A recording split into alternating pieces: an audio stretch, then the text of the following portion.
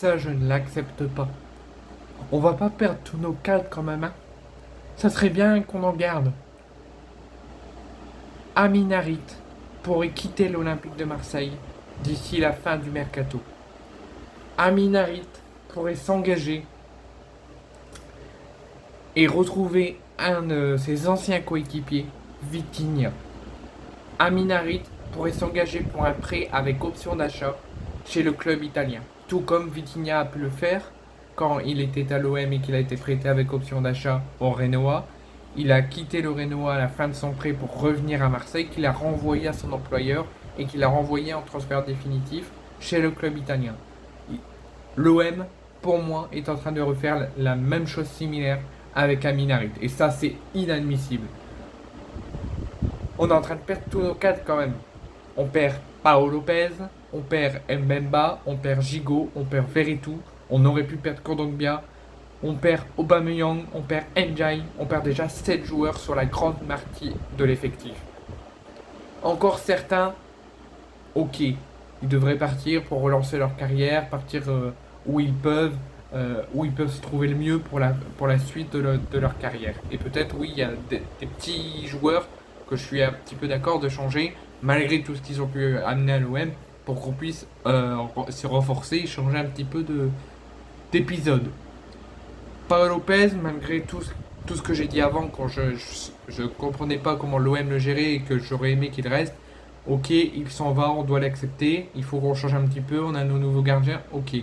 Mais quand tu fais partir des joueurs qui t'ont toujours soutenu, qui t'ont toujours défendu sur le terrain, lors des interviews avec les journalistes, lors des conférences de presse, lors des interviews en zone mixte, après les rencontres quand il y a un match qui s'est très mal passé. Il y a toujours la défense de certains cadres qui là sont mis à l'écart et qui sont traités comme des malpropres. Ils ont toujours été là et toujours été efficaces sur le terrain pour aider l'OM à progresser dans leur saison et avancer le plus loin possible.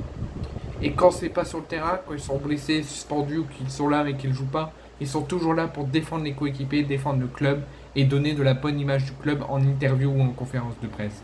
Et voilà comment l'OM les remercie. En ne laissant pas la chance de se mettre au niveau et au jeu de De Zerbi, et que si juste De Zerbi a dit non, ils ne font pas partie de mon plan de jeu, peu importe si le joueur veut absolument rester et veut avoir sa place, tant que le coach dit non, c'est non. Ça, c'est inadmissible. C'est irréprochable. Certes, on doit garder des joueurs qui conviennent avec le jeu de De Zerbi ou avec le jeu de n'importe quel coach qu'on a, pour pas laisser des joueurs qui n'ont pas le jeu de De Zerbi, sinon ça peut bloquer. Mais par contre, quand tu dis que tu ne veux pas laisser la chance à certains joueurs ou que tu les critiques sur la presse en disant qu'ils n'ont jamais rien fait pour le club, qui ne se sont jamais donnés à 100%, donc que tu leur craches dessus ou que tu fais amener de la tension au sein de la commanderie quand le joueur dit ses 4 vérités et que tu inventes des propos qu'il aurait éventuellement dit, que tu le fais attendre comme un chien devant la grille de la commanderie avant de l'ouvrir au bout d'un quart d'heure, au bout de 15 minutes, ça c'est du traitement à la limite de la maltraitance sur les joueurs. Et j'en vois plein qui vont venir me critiquer en commentaire et qui vont se moquer, qui vont mettre des emojis qui rigolent, qui vont dire tu racontes n'importe quoi, tu prends où telle information. C'est normal. C'est mon analyse de tout ce que je vois en ce moment qui tourne autour du club. Et ça, c'est inadmissible comment on traite nos cadres qui ont toujours été là pour le club, sur et en dehors du terrain. Ok, il y a des joueurs qui doivent partir pour le bien de leur carrière et pour qu'on change un petit peu. C'est le cas de Paolo Lopez, j'en suis d'accord. On a notre hiérarchie, j'aurais aimé qu'il reste, mais c'est comme ça, c'est le football, il doit partir. Mais quand tu veux vendre Harit, quand tu veux vendre Mbemba, quand tu veux vendre Gigot, qui ont toujours été là pour le club, qui ont toujours été présents sur et en dehors du terrain, et que tu les traites comme ça, comme des malpropres, ça me convient pas et ça me met hors de moi. Surtout quand tu parles de Mbemba et de Gigot, et surtout de Mbemba, qui a toujours dit ce qu'il faut pour le club, pour défendre les supporters, pour défendre la direction et pour défendre le club. Qui a toujours dit ce qu'il fallait pour le bien du club. Et voilà comment il est remercié. Et ça, c'est irréprochable et c'est inacceptable qu'il soit traité de cette manière. Donc, voici mon petit coup de gueule que je voulais faire passer sur tout ça. Amin Harit serait courtisé un temps par le Zénith Saint-Pétersbourg, mais maintenant par le Renoa, parce que le Zénith n'a pas poursuivi les négociations. Donc après une saison où Il aura fait du temps très orageux, du temps où il y a beaucoup d'éclairs comme là à l'instant, de la pluie et du beau temps à l'OM. Amin Harit resterait un joueur très courtisé parmi les joueurs actuels de l'effectif de l'OM.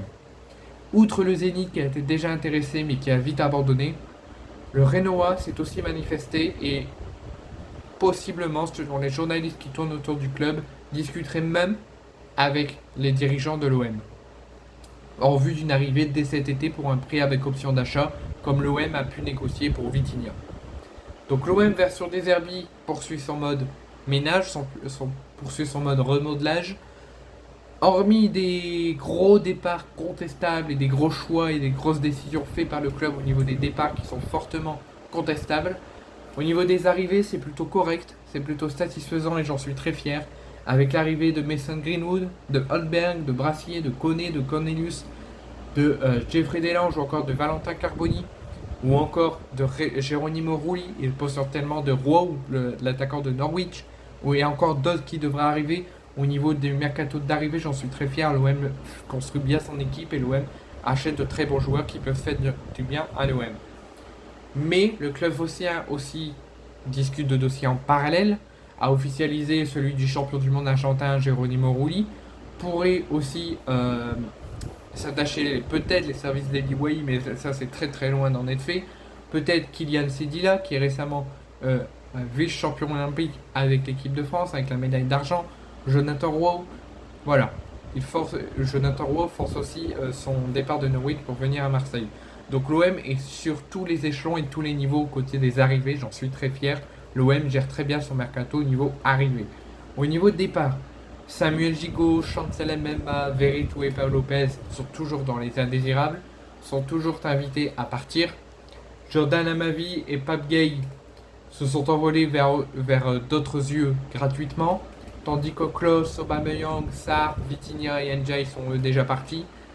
Vitinha est également parti au Renoa après un prêt avec option d'achat. On pourrait voir un autre joueur quitter l'Olympique de Marseille. Il pourrait s'agir d'Amin Harit, qui serait très sérieusement courtisé par le Renoa, qui serait très sérieusement intéressé. Amin Harit, faut pas l'oublier, il est aux 24 sélections et 1 but avec le Maroc. Il est sous contrat encore jusqu'en 2027 avec l'OM. Et il pourrait déjà quitter l'Olympique de Marseille pour un prêt avec option d'achat. C'est très dommage et je commence à monter en tension avec ce que l'OM est en train de faire au niveau des départs, qui sont en train de très mal gérer.